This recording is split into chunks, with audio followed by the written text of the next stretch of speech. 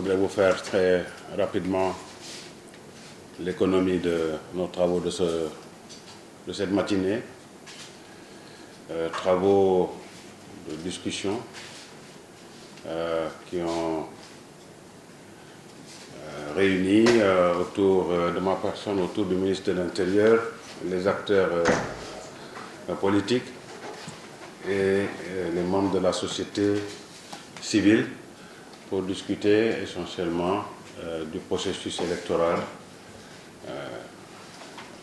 concernant les prochaines élections anticipées, les prochaines élections législatives anticipées. Je voudrais d'abord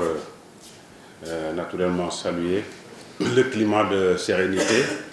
qui a prévalu, le climat de sérénité ainsi que l'esprit de dialogue vraiment constructif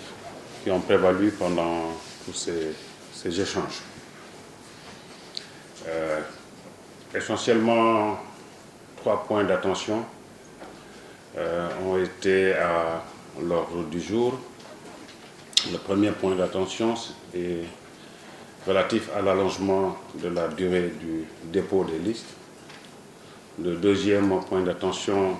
était relatif au casier judiciaire. Et le troisième point d'attention est relatif au format du bulletin de vote. Je peux retenir d'emblée qu'il y a un consensus sur la nécessité d'allonger très légèrement la durée de dépôt des listes. Nous allons y travailler parce qu'il y a un impact technique. Il y aura un impact technique sur l'impression des bulletins. Si vous allongez la durée du dépôt, ça veut dire que vous commencez, vous sortez les listes définitives après. Ça veut dire que vous ne pouvez commencer l'impression qu'après. Donc ce sont des questions techniques sur lesquelles nous allons travailler cet après-midi pour voir, en examiner la faisabilité. Mais nous ferons tout pour vraiment apporter des réponses claires sur cette question. Alors sur la question du bulletin et du casier judiciaire, cela relève du pouvoir réglementaire. Nous allons en rendre compte à nos autorités gouvernementales, le Premier ministre et le Président de la République, qui vont apprécier de la réponse à apporter à ces préoccupations-là. Et je pense que dans cet après-midi, en fin d'après-midi, nous devrons certainement, par voie de communiqué, avoir une position claire sur ces questions. Donc au total, vraiment, retenez 3 choses assez intéressantes. C'est la durée, l'allongement du délai, c'était le bulletin et c'était la question du casier judiciaire. Il semble qu'il y a des difficultés dessus. Mais au total, maintenant, il faut retenir vraiment d'autres points positifs. C'est la décision prise ici d'instaurer un cadre permanent de concertation entre le ministère de l'Intérieur et les partis politiques. Ce n'est pas juste à la veille des consultations électorales qu'il faut discuter. Je pense qu'il faut avoir, comme ils l'ont proposé, selon une certaine périodicité, un calendrier et un contenu, un agenda précis de discussion entre la classe politique et le ministère de l'Intérieur pour qu'en permanence, on approfondisse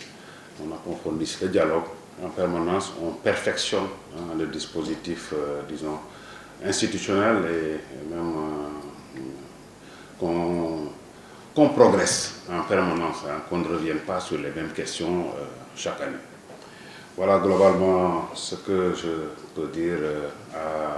à la fin de la deuxième rencontre avec les acteurs politiques. Je salue vraiment leur disponibilité et l'esprit de dialogue constructif qui a prévalu. Je salue la disponibilité de la société civile qui a joué une belle partition pour permettre un dialogue,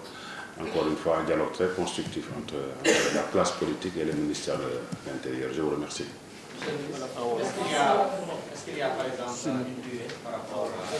consensus sur les délais? Est-ce qu'il y a une durée qui a été annoncée par rapport au Il n'y a aucune durée qui a été avancée. Il y a une plage qui est souhaitée. On va travailler dessus parce que là, on est vraiment sur des questions techniques. On est vraiment sur des questions techniques. Toute décision à prendre doit d'abord être notifiée aux techniciens, à l'administration électorale pour voir si c'est faisable ou pas. Ensuite, il y a des questions, naturellement, des questions financières. Aujourd'hui, on est autour de 47 listes de coalitions qui sont sur la table. À ces coalitions, il faudra ajouter des partis politiques légalement constitués. Si vous avez 50 listes, ce n'est pas 10 listes. Ça fait 50 fois presque 9 millions de bulletins. À 30 francs le bulletin. Vous voyez que ça coûte extrêmement cher. Il n'y a pas de décision neutre. Voilà. Parti politique ak coalition politique yi dañu ànd ak société civile ñoo toog ak man ministère de l'intérieur ak suma technicien yi pour waxtaanee processus électoral bi waajtaayu élection anticipée yi mooy élection yi ñu gàttandu yi ñuy waaj pour le mois de le 17 novembre muy ñaareelu yoon bi samedi bële la ñu jëkkoon tase fële ci hôtel Radisson tey muy nekk ñaareelu yoon bi ñu tase fii pour waxtaanee nan la ñu mën a def ba déggoo ci ay anam yu leer yu ñuy def ba am ay élection yu dal yoo xam ne daanaka ñëpp dañ ci ànd doon nekk benn. maay am mbégte lool ci waxtaan bi niñ ko tërale tey dañ ci ànd ak dal bu bëree bëri te waxtaan bi koo ci gis mu wax rek vraiment da ngay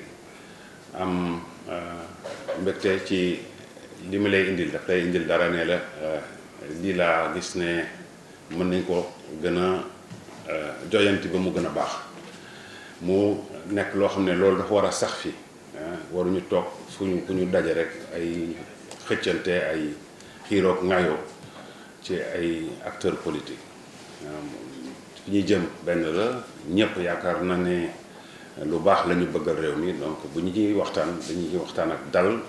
ànd ak worma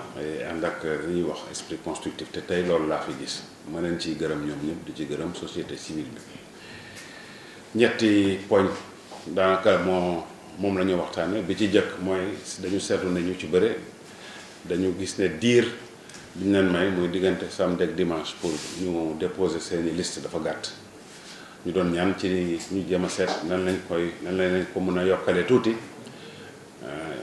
bu dee ñaari fan wala lu ko ëpp tuuti ñu teg ko ci ba ñu mën leen may xëy na li ñu motalugu lu ñu mën a mottali ko seen kayit yi notamment casier judiciaire bi ñaareelu poñ bi moo doon casier judiciaire bi dañu ñaanoon ministère de la justice mu instauré mu bàyyi ay nit ay permanence ñoo xam ne loolu rek mooy nekk seen liggéey ñu préparé casier judiciaire pour jox ko parti yi mu am ci ay jafe-jafe yu ñu wax jottali nañ ñu ko dinañ delluwaat au niveau des parquets au niveau du ministère de la justice pour xool nu ñu mën a def ba mën leen ko yombalal ñetteelu poñ bi mu noon ci format wu bulletin bi parce que boo gisee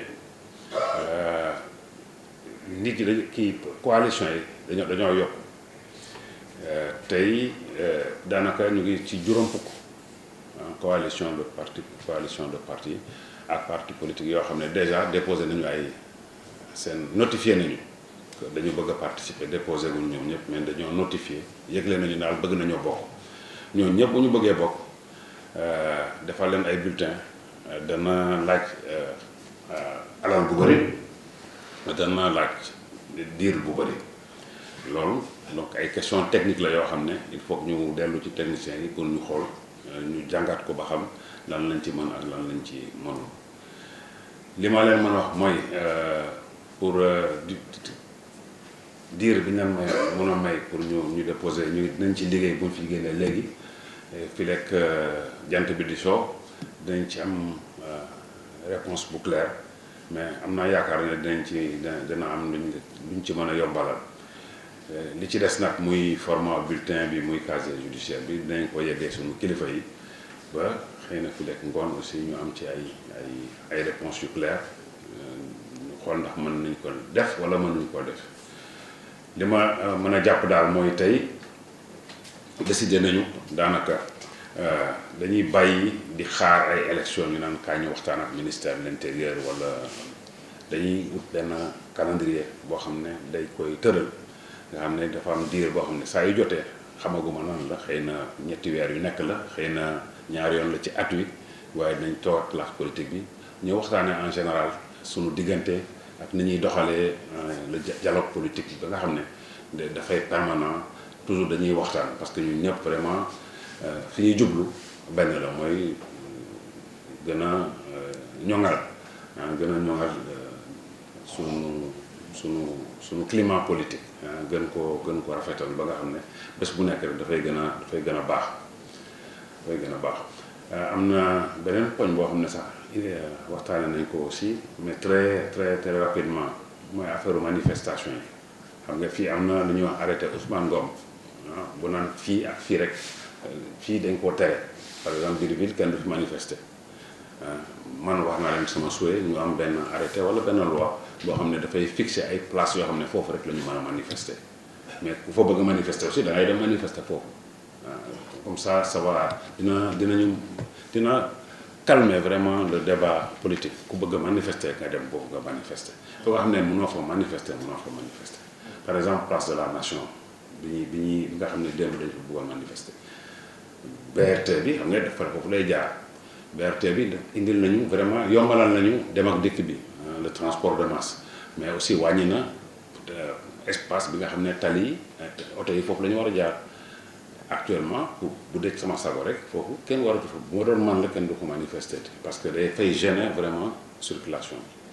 bi ñàkkul nag yeneen place yoo xam ne ñu ngi fii ci biir Dakar foo xam ne mën nañ ko aménager ba nga xam ne ku bëgg a manifester foofu lay dem def manifestation ci njëkk ak ci dal mu jeex voilà ma leen di gërëm di leen sant